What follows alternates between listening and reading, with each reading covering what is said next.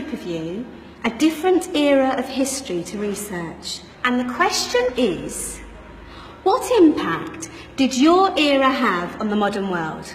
So Sarah, your group has the ancient Greeks. Ravi, you've got the Romans.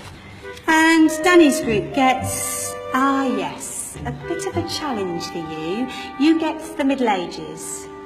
Some even call it the Dark Ages. Boring. See how you get on. Yes, miss. So, Serene, yes, you get the Renaissance. Is that the librarian? I guess so. How are the Dark Ages going to have anything to do with us? Excuse me. Sorry to bother you. What do you want? We need to find out what impact the Dark Ages had on the modern world. Never was a period of history so poorly named. Don't touch. It's priceless. And I suppose someone's been filling your head with the usual nonsense, eh? 1,000 wasted years. A black hole in history, am I right? Yeah, sort of. You see, it's always the same. You assume it was all mud, disease, death and destruction, with marauding mobs of barbarians ripping down the good of former civilizations, burning and plundering as they went. Nothing of any worth invented either, eh? Oh, no. Go on, Beofrey. Sorry to bother you. Come on, it's probably not worth it. Everyone knows that the Greeks and Romans invented everything anyway. Oh, did they now? And you're sure about that, are you? You know, I might just have something for you. You seem to be out for the task. I suppose I could. Follow me. I've got just the book for you.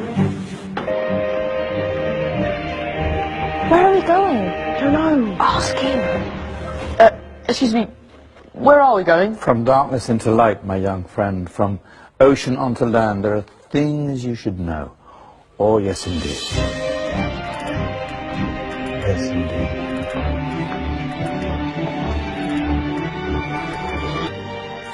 Now, take a look. If you dare.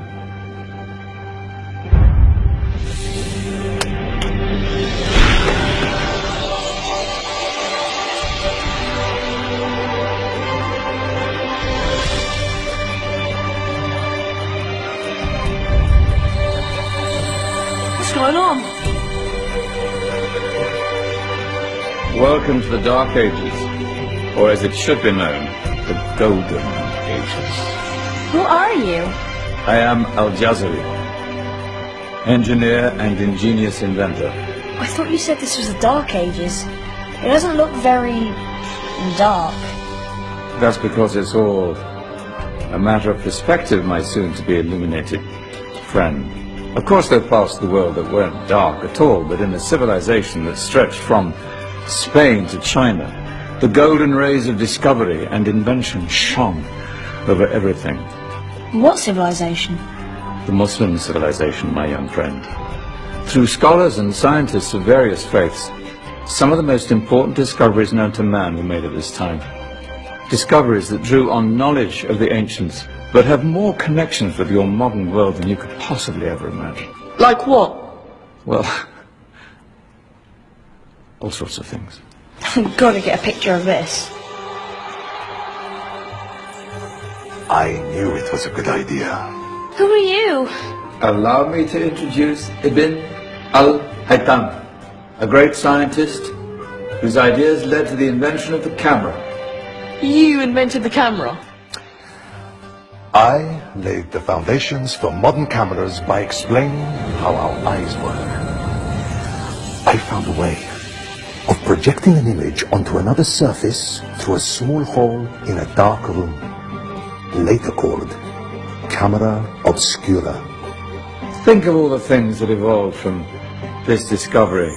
Cameras, cinema, all share the same principle. Cool. Look out below! Who's that? That's my good friend, Abbas ibn Parnas, who gazed up to the heavens, passionate in his belief that man could fly. Whoa. Indeed, he dared to dream about flying 1,000 years before the Wright brothers. Do you know you all take your jet-setting holidays for granted, so it only seems fair to remember Abbas ibn Parnas. Stand by! I'm ready for takeoff!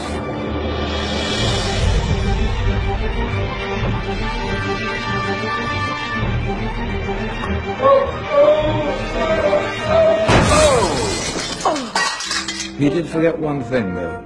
A tail, useful for landing. My back! Is there a doctor in the house? Did someone call? Ah, my old friend, why don't you introduce yourself to my young guests? I am Abul Qasim al-Zahrawi. Many call me the father of surgery. Did you actually do surgery back then? Of course we did.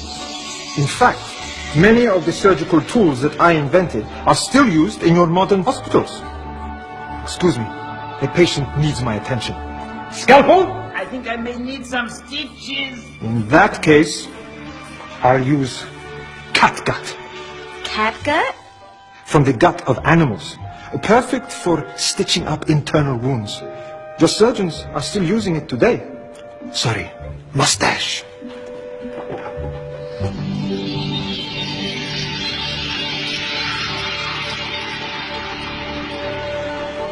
Who's she? That's Maryam al-Astrolabi, one of the many brilliant women of her time. She made sophisticated astrolabes. Astro what? Astrolabes. They show the sky and the stars on a small flat plate you can hold in your hand. Think of them as ancient calculating or timekeeping devices. Today you have your watch, your compass, satellite navigation, helping people and explorers travel the world. Science at its brilliant best. And all these things were developed during the Golden Ages. But that's just the tip of the iceberg.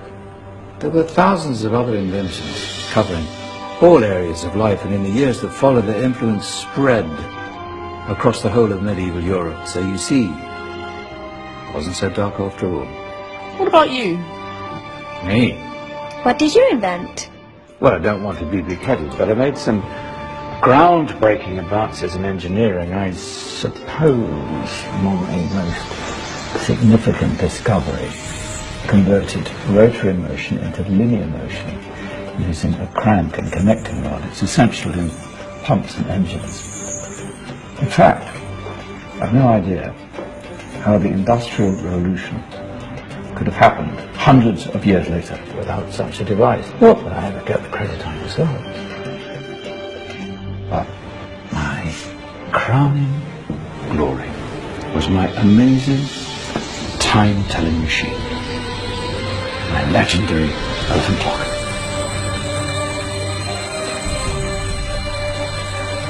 It's a clock. Yes. Dozens of components collected from different cultures around the world.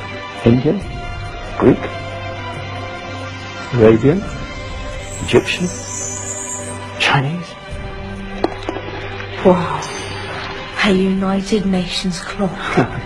That is pretty cool. Does it actually tell the time? Wow, yes, of course. If it wasn't for me, thousands of people would be late for everything. Speaking of time, we'd better get you back. And remember, spread the word. This was a golden age, and I've only shown you a tiny part of this wondrous time. There are countless other scientists and inventions directly connected to your modern world. You're just going to have to find out for yourselves. No, wait.